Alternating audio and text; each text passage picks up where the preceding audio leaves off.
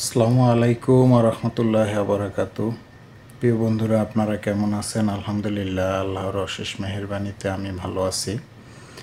বন্ধুরা, ওই দিন যে একটা লাইভ করতেছিলাম যে বাটপাররা কীভাবে বাটপারি করে এবং প্রতারণা করে, তো তখন প্যাসেঞ্জার আসছিল, এই জন্য আর লাইভটা কন্টিনিউ করতে পারি না। আর ব্যস্ততার কারণে ডিউটি থাকে, তো বর্তমানে 10 ঘন্টা ডিউটি করি আপনার ভোর 3টা থেকে বিকাল 3টা পর্যন্ত।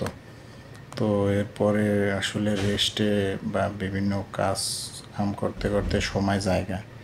যাই হোক, যেটা বলতেছিলাম, আমার সাথে যে প্রতারণাগুলাম হয়েছে, ওই দিন ওই যে বলতেছিলাম যে বাপ গাছ যায়, পাকিস্তানি এক মহিলা আসছে তায়েব থেকে, তো সৌদির গাড়িতে আসছে।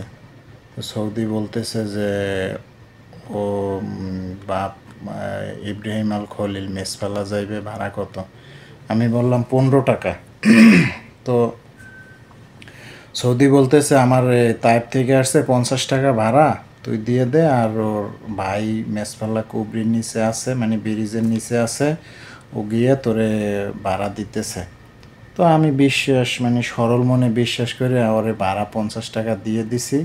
তাহলে ও আমারে গিয়ে 65 টাকা দেবে, আর আমার 15 টাকা ভাড়া। যাই হোক, মেসফালা কুবরির নিচে যেই গেছি, ব্রিজের নিচে, আর বাইরে ফোন দেয় কোথায় ওর ভাই। অনেকক্ষণ অপেক্ষা করতেছি, জিজ্ঞেস করতেছি যে তোর ভাই কই? তখন ও বলতেছে যে আপন ভাই না, পড়োশি ভাই।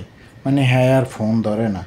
তো আমি বললাম কি যে দেখ, তোর নাম্বার দিয়ে যা, আর তোর এই ব্যাগটা রাখা যা, তুই যখন টাকা দিবি আমি তুই ফোন দিস, তোর এই ব্যাগ দিয়ে দেবো।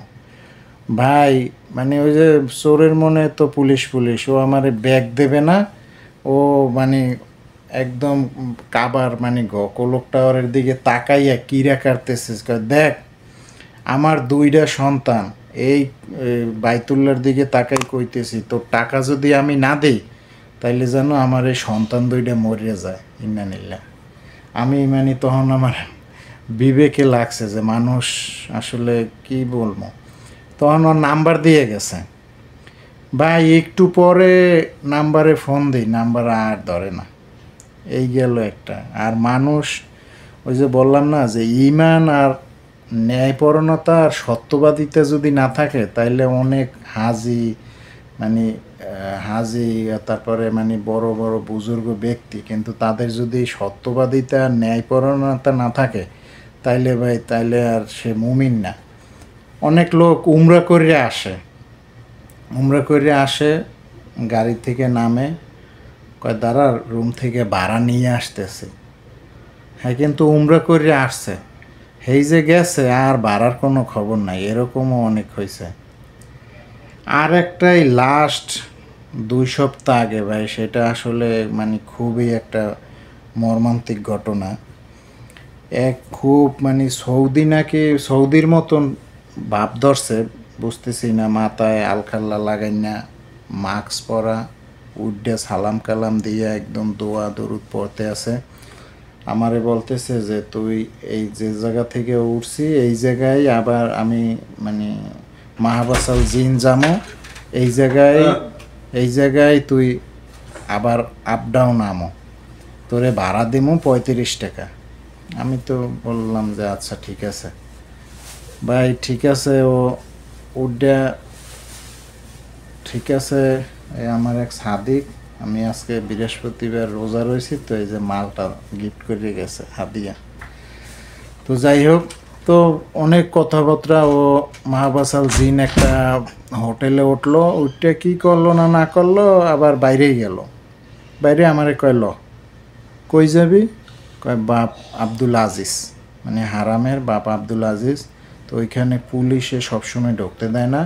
ও গেলাস করলে পুলিশে বলল যে সৌদি দেখলে একটু রেসপেক্ট করে, পুলিশে আমারে ঢুকতে দেছে। ঢুকে আমারে কয় পাশে দাঁড়া যাইয়া, আমার ফ্যামিলি নিয়ে আসতে আসি। ও অনেকক্ষণ একটু গুসুর মুসুর করে আবার আমার কাছে আইছে। আইয়া কয় কি, কয় আমারে 200 টাকা ভাঙতি দে, তোর দ্বারা মিয়া আছে, 100 আছে। আমি বললাম হ্যাঁ আছে। কয় দে। আমি গাড়ি ব্যাগ দিতেছি, ওই জায়গা তো অনেক জাম। আমি 200 টাকা দিছি, ওকে তুই একটু দাঁড়া আমি আমার ফ্যামিলিটা নিয়ে আহি। ভাই ফ্যামিলিও নিয়ে এসে আমি 2 ঘন্টা ওইখানে অপেক্ষা করতে আছি। তো পুলিশে আমারে কয় কই তোর লোক কই? তো আমি বলতেছি যে আসতে আছে। তা বিষয়টা হলো হারামের ভিতরে ভাই, মানে ওই টাকাটা বড় কথা না, তারপরে 200 টাকা বাংলাদেশে বর্তমানে প্রায় 7,000 7,500 বা হ্যাঁ এরকম টাকা।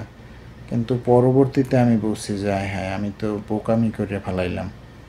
ওর টাকা আগে হাতে নিয়ে তারপরে ভাঙতি দেওয়া উচিত ছিল, কিন্তু ওই যে বিশ্বাস করছি, ওই যে দালালরা বাটপাররা কাউকে না কাউকে তো বিশ্বাস করতেই হবে।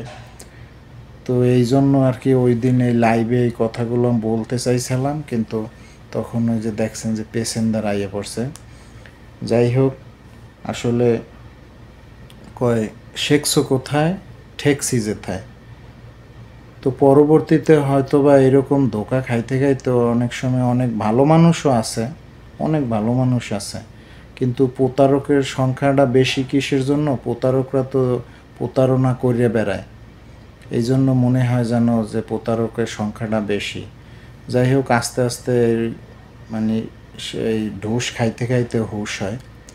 তো আপনারা ভালো থাকবেন, আমার জন্য দোয়া করবেন। আসসালামু আলাইকুম ওয়া রাহমাতুল্লাহি ওয়া বারাকাতুহু।